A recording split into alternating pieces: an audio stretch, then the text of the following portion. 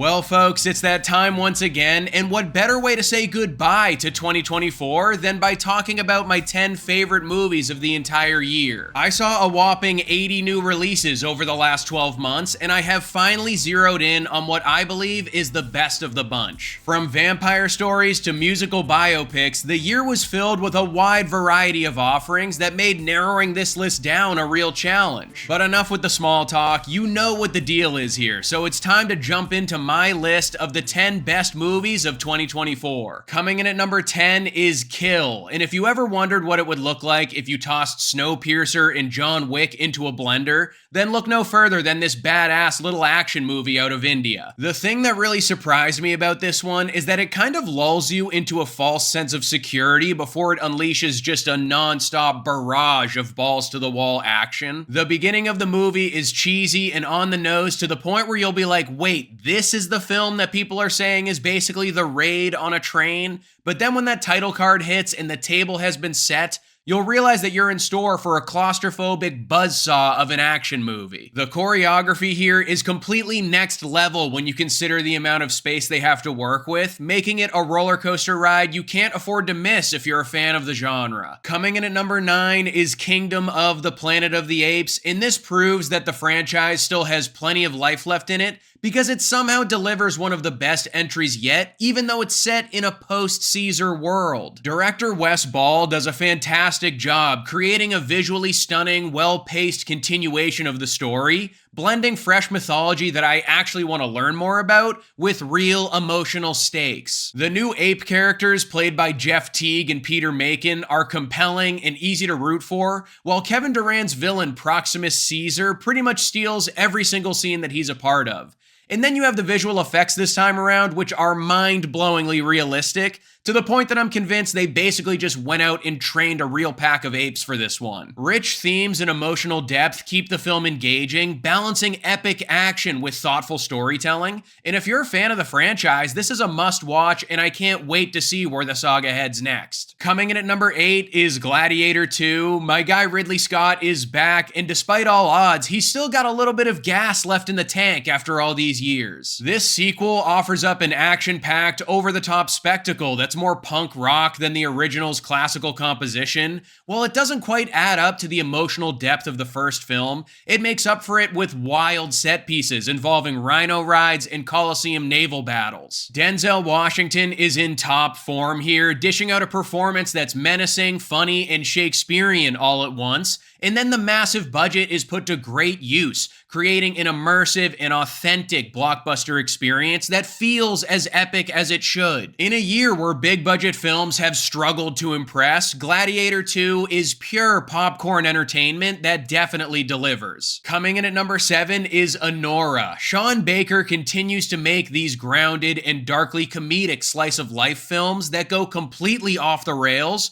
but still have a lot of interesting stuff to say. You know you have a good movie on your hands when you can still sympathize and connect with the main character's journey, even when you have nothing in common with them. Like when you look at me, you're probably not getting too much of a mouthy pole dancer from Brooklyn vibe, but the film still deals a lot with the imbalance of power within relationships and the American dream. Obviously, a big reason for all of that working is because of the performance by Mikey Madison. She does a good job portraying every single emotion under the sun here, and the entirety of the plot flows through her as she thinks she's living out her own Cinderella story, but instead comes face to face with the Russian mafia. Talk about a wild couple of days. Coming in at number 6 is A Complete Unknown, and if your dad has ever ranted about how back in his day music used to really mean something, then this is the movie that embodies that sentiment. This Bob Dylan biopic starring Timothée Chalamet chronicles Dylan's early days in the 60s and when he decides to switch away from traditional folk music.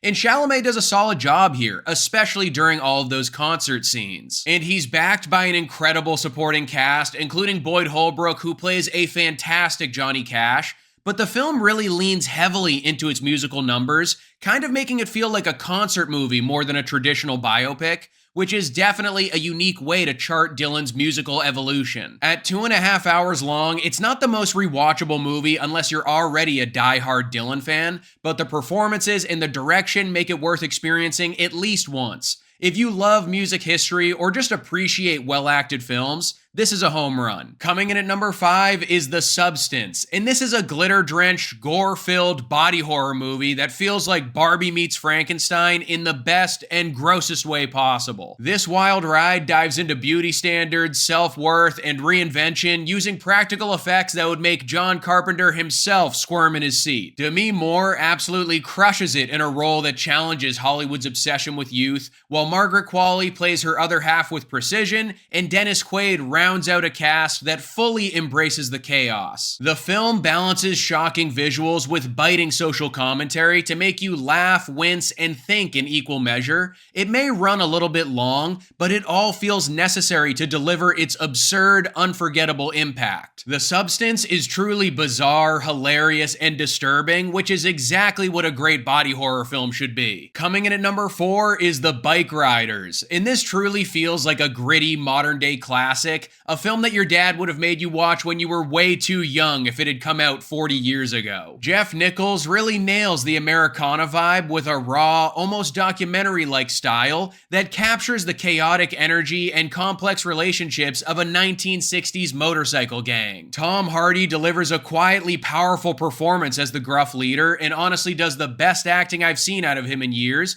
while Austin Butler and Jodie Comer anchor the story with layered, compelling roles. The stacked cast, including Michael Shannon and Norman Reedus, makes every character memorable, no matter how brief their screen time is. While the pacing has its slow moments, the movie thrives on its authenticity, balancing humor, tragedy, and thought-provoking themes of masculinity and belonging. It's an immersive ride through a bygone era that's as entertaining as it is deeply human. Coming in at number 3 is Furiosa, a Mad Max saga, and this is just George Miller proving once again why he's the king of post-apocalyptic action epics. The film delivers jaw-dropping, adrenaline-pumping action sequences that will leave you breathless, including a highway chase scene that feels like the most chaotic video game level you've ever played in your entire life. Anya Taylor-Joy absolutely owns the role of Furiosa, while Chris Hemsworth delivers a standout performance as a larger-than-life villain, proving that he can be more than just the God of Thunder. The story this time around takes a more patient and lore-heavy approach than Fury Road, offering a deeper dive on the wasteland and Furiosa's transformation. While it's less non-stop action than its predecessor, the revenge-driven narrative and the world-building make it a compelling and fresh addition to the Mad Max saga. George Miller does it yet again with one of the most thrilling films of the entire year. Coming in at number 2 is Nosferatu, and if you think vampires are always supposed to be tall, dark, and handsome, then Count Orlok is here to ruin that fantasy in the best way possible. Robert Eggers' vision reimagines the classic tale with gothic flair, creepy vibes, and a monster you won't soon forget, even if it's just because of his mustache. Bill Skarsgård completely loses himself in the role of Orlok, while Lily Rose Depp and Nicholas Hoult both offer up stellar performances to keep you locked in. The movie balances stress-inducing horror and unexpected humor, thank you Willem Dafoe, to deliver up a fresh yet faithful take on the vampire genre. From the haunting visuals to the darkly enchanting mood, Eggers creates a film that feels like you're stepping directly into a seriously messed up painting from the 1800s. If you're into artsy horror, sketchy vampires, or just want to see what a Wes Anderson movie would look like if he listened to way too much Slipknot, then Nosferatu is absolutely a must-watch. Coming in at number 1 is Dune Part 2. Denis Villeneuve strikes again, proving that he's one of the best directors working today, and probably of all time at this point. This sequel takes everything that the first film built, the stakes, the world building, the visual splendor, and just cranks it right up to 11. Timothée Chalamet delivers arguably his best performance yet, with an all-star cast behind him that includes Zendaya, Austin Butler, and Florence Pugh all bringing their A-games as well. The movie is a sci-fi epic, a war film, and a family drama all rolled into one, with truly jaw-dropping moments like Paul scaling the sandworm or facing off against Fade Rotha that will have you thanking the heavens that you're alive at the same time that this movie came out. Watching it in IMAX feels like you're stepping onto Arrakis yourself, with Villeneuve crafting a monumental cinematic experience. Simply put, Dune Part 2 might be a science fiction masterpiece and is the best film of the entire year. So there you have it, guys, my ranking of the 10 best movies of 2024. So now you know how my list shakes out, but I want to see what yours looks like. Let me know in the comments below what films from last year really left the biggest impression on you. Don't forget to like this video and subscribe to the channel if you haven't already, and I'll see you guys at the next one.